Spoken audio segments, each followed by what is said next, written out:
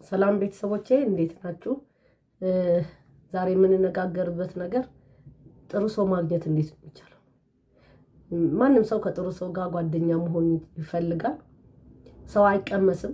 ስለዚህ ጓደኛ ከሆናችሁ በኋላ ላይፋችሁን የሚያበላሹ ወይም አስቀድሞ ሲመጡ ኦፖርቹኒቲ ፈልገው ከኛም ያገኙትን ነገር ጥቅም ፈልገው ሊሆን ይችላል። ያንን ደግሞ በምንም ልናቀው ስለማንችል ብዙ ጊዜ እንጎዳለን ማለት ነው። ስለዚህ ዛሬ የምንመለከተው በዚህ ዙሪያ ነው። ሰብስክራይብ ያላረጋችሁ ይሄንን ዩቲዩብ ቻናል ሰብስክራይብ አድርጋችሁ ቤተሰብ እንድትሆኑ ጋብዛችኋለሁ። ስለዚህ እንዴት ጥሩ ሰው መምረጥ እንችላለን? እንዴት ነው የምናውቅ? እንግዲህ ጥሩ ሰዎች ያው ሰው ነው። ቅድም እንዳልኩት እንደ ጨው ቀምሰ ነው አንለየው። ስለዚህ በምንድን ነው የምንለየው? ጥሩ ሰው ማለት ወይም ደግሞ ጥሩ ጓደኛ ማለት እውነተኛ ክብር ያለው በችግር ጊዜ ካጠገባችን የሚቆም ነው ማለት ነው። ብዙ ጊዜ ትላንትና ነው ከትላንት ወዲያ አንድ እንትን ሳይ ነበር። አንድ ልጅ የምታሳድግ የልጇን ልጅ የምታሳድግ አንድ እንግሊዘኛ እንትን ነው የናይጄሪያ ፊልም ማለት ነው። የልጇን ልጅ ታሳድጋለች እና ያ የልጇ ልጅ በጣም የዋህ ነው። ጓደኞቹን ትሪት ያደርጋል፣ ጓደኞቹን ያመጣል፣ ያበላል፣ ያጠጣል፣ ምናምን ያደርጋል እና ልጁ ቢመከር አልለወጥ አለ ማለት ነው። እና በጣም እንትንም አለችው፣ ፍሬንድም አለችው፣ ገርል ፍሬንድም አለችው። በቃ ልጁ ሁሌ ኑሮ እንደዚህ የሚቀጥልና እነዛም ጓደኞቹ አብረው የሚቀጥሉ መሰለው ማለት ነው።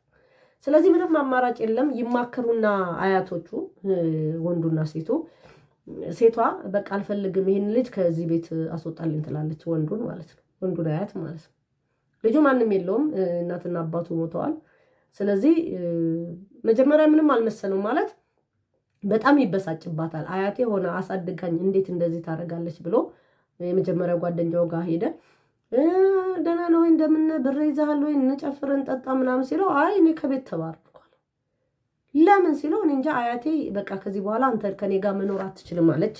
ስለዚህ መጣው ዛሬ ልታሳድረኝ ትችላለህ ወይ ሲለው ወይ አልችልም ብሎ በር ዘጋበት።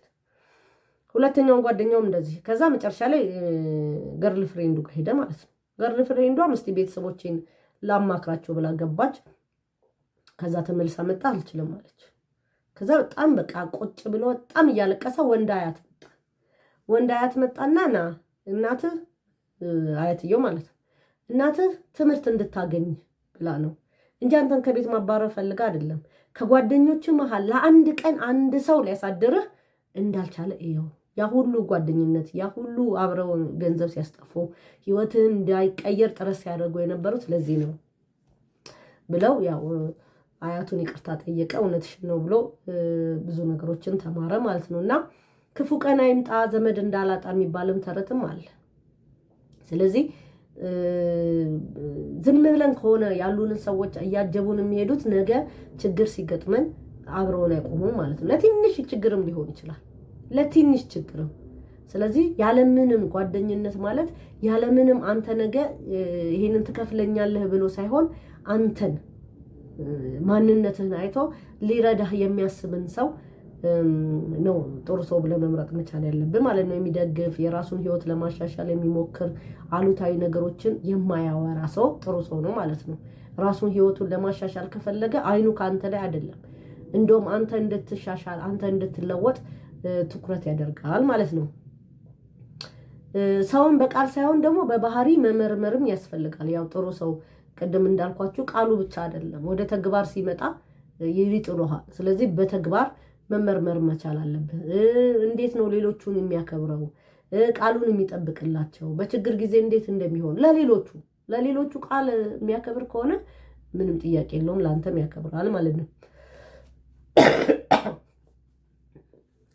ይቅርታ እንግዲህ ጉንፋን ስለያዘኝ ለዚህ ነው እንደዚህ እንትን የሚለኝ ማለት ነው። አዲስ ጓደኛን ደግሞ እንደገና እንዴት ነው የማገኘው? በስራ ቦታ ሊሆን ይችላል፣ ትምህርት ቦታ ሊሆን ይችላል፣ ስልጠና ስንወስድ ሊሆን ይችላል፣ ቤተክርስቲያን ማህበረሰብ ላይ ሊሆን ይችላል፣ ስፖርት ወይም ጂም ላይ፣ ቤተ መጻሕፍት ላይም እንደዚህ ሊሆን ይችላል። ጓደኝነትን መፍጠር እንችላለን ማለት ነው።